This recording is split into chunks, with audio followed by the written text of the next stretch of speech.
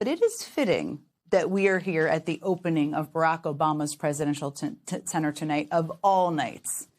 Because in the decades since Donald Trump entered the political stage, there has never been a better contrast in leadership between Trump and Obama. And there has never been a more stark comparison of the way that two very different presidents approach the same very difficult issue, as there is right now with Trump's disastrous handling of Iran.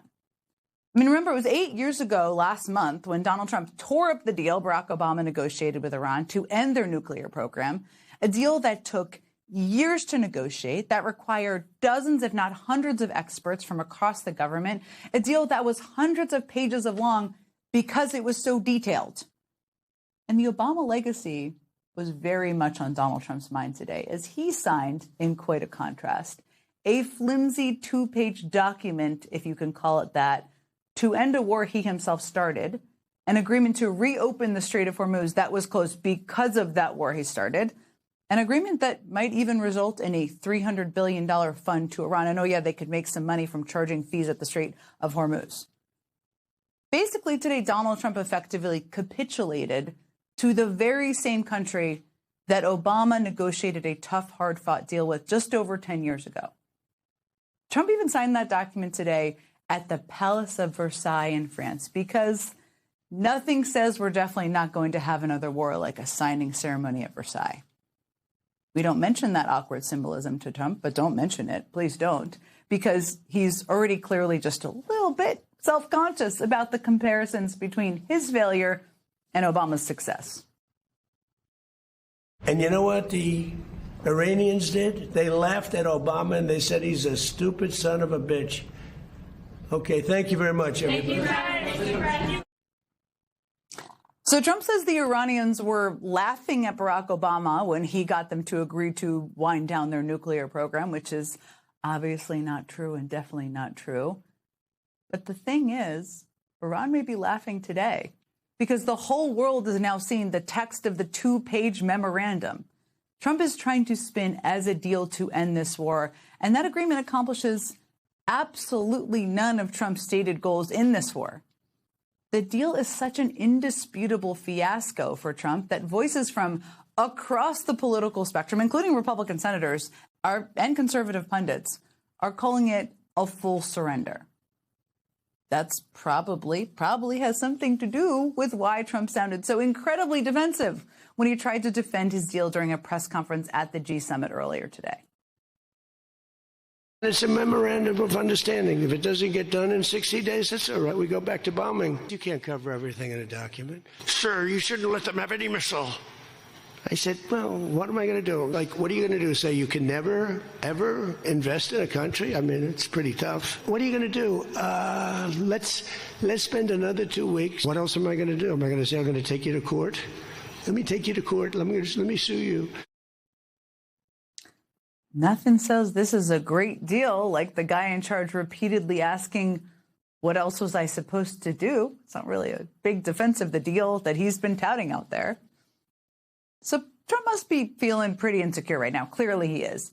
I mean, he spent years arguing he could negotiate a better deal with Iran than Barack Obama. And instead he failed in the most spectacular, costly, and unpopular way possible.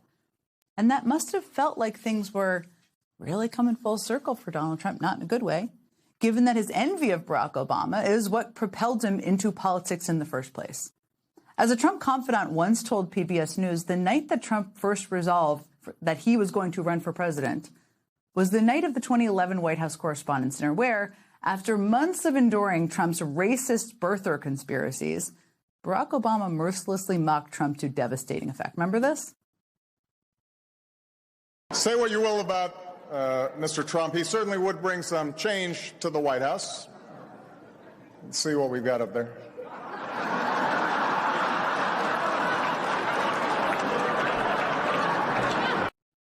Now, in retrospect, looking at that photo, that joke massively undersold just how drastic and absurd Trump's White House renovations actually would be. But that image also perfectly symbolizes the difference between the Trump and Obama White Houses and their legacies. I mean, Trump's White House is all about him. building monuments to himself, holding cage matches for his birthday, surrounding himself only with rich and powerful billionaires. They're the only ones allowed in, who would finance and enable his own warped illusions of grandeur. Well, the Obama White House was about bringing other people into the process, opening doors instead of tearing them down, bringing people together. That's why he ran for president. That's what he did as president. Now, at the exit to the new Obama Presidential Center, you will see a quote from his farewell address, and I hope you all get to visit, in which the former president said, "I'm asking you to believe not in my ability to bring about change, but in yours," which is such a relevant quote to today. The Obama presidency was about doing the hard work of democracy. It was about empowering people in communities across the country to accomplish the kind of things that no one person can achieve on their own. One of the key people who helped President Obama, and I saw this very much firsthand, to do just that, was then House Speaker Nancy Pelosi. During the Obama presidency, she whipped the tough votes to pass things like Obamacare, the Economic Recovery Act, equal pay for equal work, ending Don't Ask, Don't Tell. Nancy Pelosi was central to creating the broad coalitions for change that defined Barack Obama's legacy. And earlier today, I sat down with the former speaker in Chicago to talk about how we should think about that legacy in this new chaotic era. Speaker Emerita Nancy Pelosi, thank you for taking the time in your busy day to sit down with me today. Well, part of the center is about his legacy and many of the Affordable Care Act, certainly, also the Iran nuclear deal, which is something that he spent years working on. Hundreds of people in the administration did as well. So many partners and allies in Congress as well. It's one of those accomplishments that Trump, of course, ripped up. He slashed, he reversed it, he literally ripped the paper up. And even just today at a press conference, he name-dropped President Obama in a press conference which was a completely crazy press conference where he barely understood what was in the Iran nuclear deal to begin with. Why do you think, I've been thinking about this, why do you think President Trump is so obsessed with Barack Obama? Well, I think it relates to his own failures. You have to understand, well, you do understand, but the public should understand that the Obama nuclear agreement with Iran was a masterpiece of diplomacy. To remember that we brought in all of the countries, the EU, all at G20, countries all over the world, including Russia and China. Russia and China. So to have this virtuoso performance of having an agreement on nuclear, to do so in a way that withstood the scrutiny, the review of it all by so many people, and then it was a success. We were very proud. I'm very proud of my members in the House because they have had the ability to reject it. It wasn't as if you accept or reject. It's just you could reject it. Mm-hmm. And our members were very courageous. I have a book, I hope it's in the library, but I'll make sure it is, a book of all of their statements as to why and how they reached that conclusion.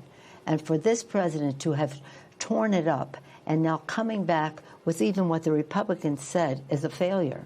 It's a failure if we're giving $300 billion to reconstruction, to lift the sanctions on their sale of oil, to so many things that, again, unfreezing money in banks that they have wanted to have unfrozen.